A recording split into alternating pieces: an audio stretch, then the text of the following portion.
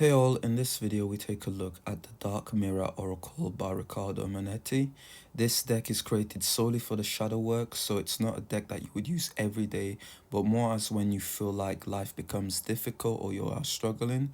The design of the cards is Laura Sava, beautiful designs, and this is what the card box would look like by the side and also on the top. It's got this kind of like mirrored image, kind of like broken at the same time. At the back of the cards, you have illustrated image of what the cards would look like and 5 different languages you have in the book.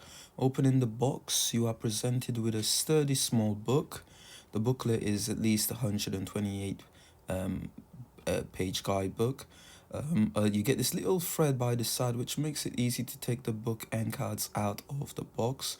Total of 32 cards. The cards come with white edge, but I have edged my cards in red because that is what I felt resonated with me and connected me more with the cards, and plus it looks quite fairly nice at the same time. The card is the book presents you with these table of contents in all the various different languages. You get to know about the decks itself, so you get a little introduction on that. The cards are pretty much connected to these 5 concepts.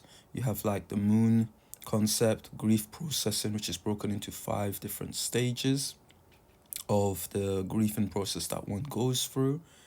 And then on the other side of the page there, you'll have the visual sort of like seed and the sentences of the cards, and plus going into the dark part of the card. You've got 2 ways to read this card. You've got a simple way to read it, and then you've got a more advanced way to read the cards.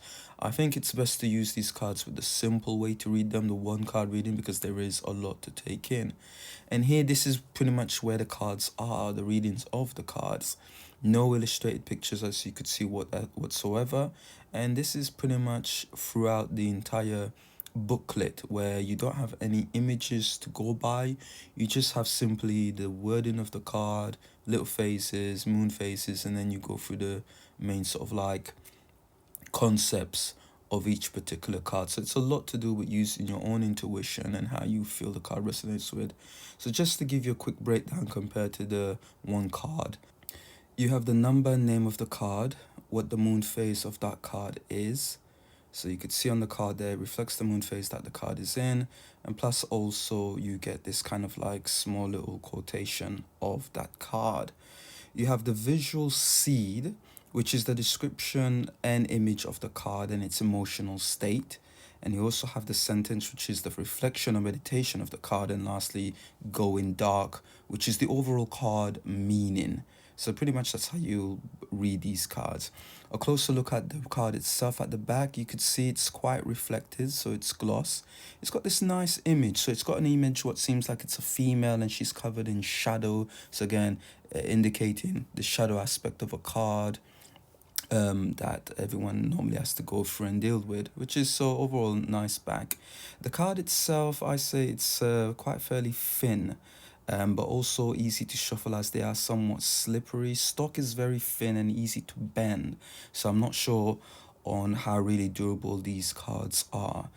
So the first card that we've got is the Trump of Lies. Again, these cards are very strong, powerful images. You got a skull there wearing crown, seems as though it's looking in the mirror. Number 2 card is the Temple of My Body. Again, very strong image of a female. Again, we quite strong image. Obsession is our number 3 card. Different phase of the moon. You've got what seems like an innocent female there. Twigs on top of the head. Our next card, we've got card number 4, Is This Me? Again, it looks as though it's a female warrior of some kind, but it looks as though they're possessed, or they're something that they're not, or they can't recognize themselves anymore, is the general feeling that I get from this card. It's, you've turned into something that you don't recognize anymore. Number 5 card is the Gilded Regret. So imagery again of another female turned into something that again they probably don't recognize. Maybe they have regret on the path that's been chosen, or reflecting on the path or what they've become. You've got the number 6 card, alone in the world.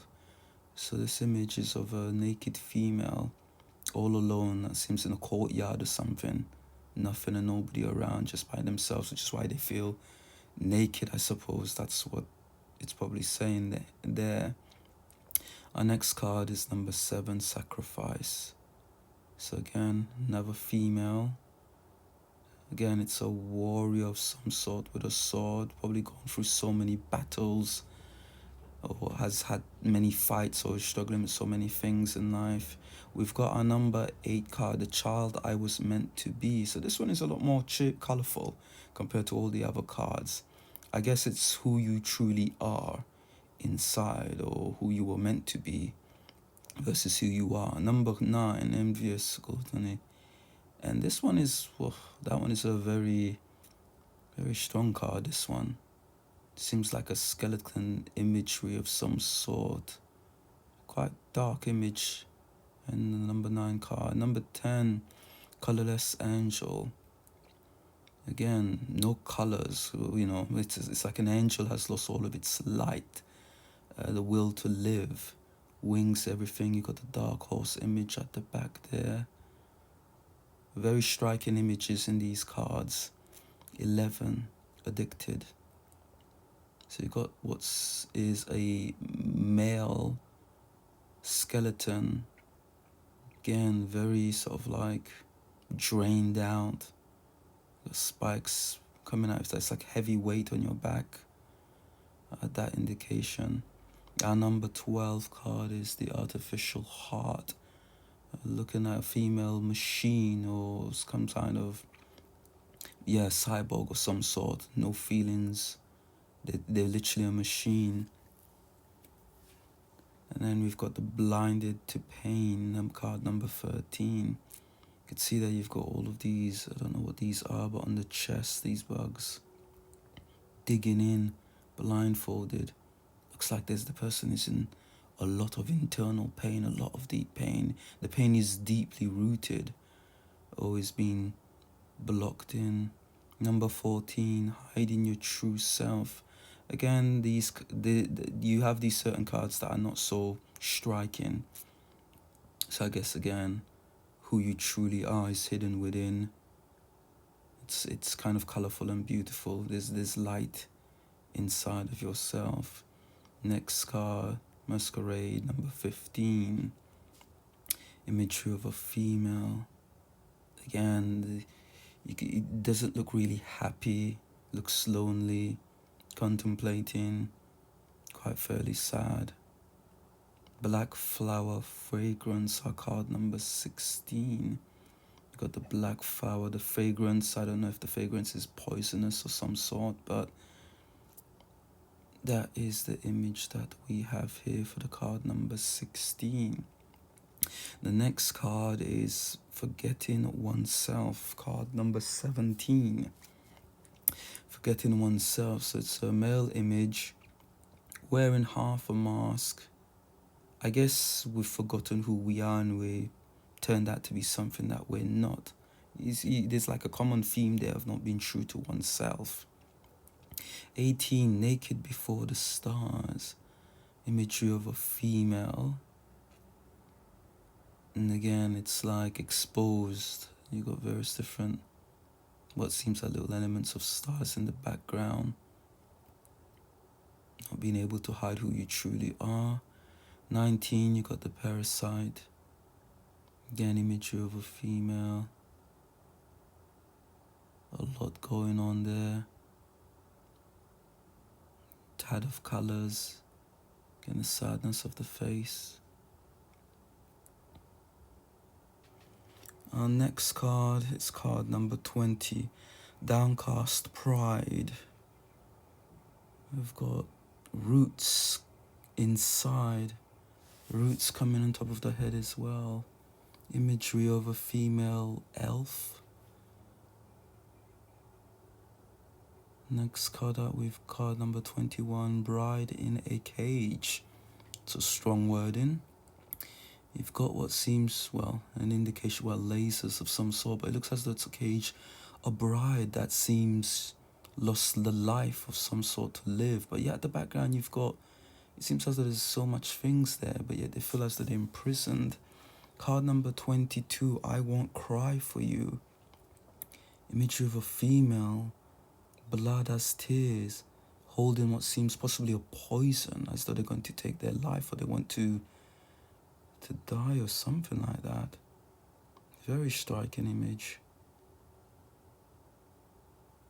A lot of pain going on there with the tears. 23, Revenge. Got what seems to be like some sort of pentagram that the female is standing on. Oh gosh, yeah, that's a vengeful card. 2 swords in the hand, all dressed up in black dress, black eyes, black everything. So it's definitely the indication of wanting revenge there. Card number 24, Queen of My World. Oh, this one is quite strong. It's not so negative. It feels like, to me, it's like saying I'm in charge. I've got hold of everything. So that one's actually a nice card. A very strong card, that one. 25, Fated to Suffer. Doesn't sound nice whatsoever at all. So I guess you could see in this card right there how the woman's been given an apple the young woman's been given an apple. It's like you're fated to die or something, to suffer. 26, Peaceful Among Thorns. This one is a strange one. You've got a monk. Well, it seems as though he's surrounded, well, I guess they indicate it as thorns, but yet he's got this futuristic sort of like device around his head that he's meditating on. 27, Fragmentation. Now you've got lower dark part of an image, wings that's fragmented, I guess. The indication of a lot of loss of life and will in these cards. Perchance to Dream, 28. And that's an imagery of 2 men. I guess he's being put to sleep or wanting to be put to sleep of some sort. Someone's helping him, putting him out of his misery or easing him down into something. Our card 29, Anger and Chains. This one is very colorful. So much going on. You've got like an image of a lion in there. I guess that will represent the anger part of it. Things that's broken glass. It's quite colorful, and there's a lot of things in that card. 30, Calling the Storm. That is of a war, of some sort of priestess of some sort. I don't know, some woman. 31, Atonement. Gosh, this card reminds me like the 9 of Swords. You've got the swords really digging. It's like a pain for something. And the way she's at ease, sort of like taking the pain, knowing that, you know what, I deserve this, or I feel like this is the way things are.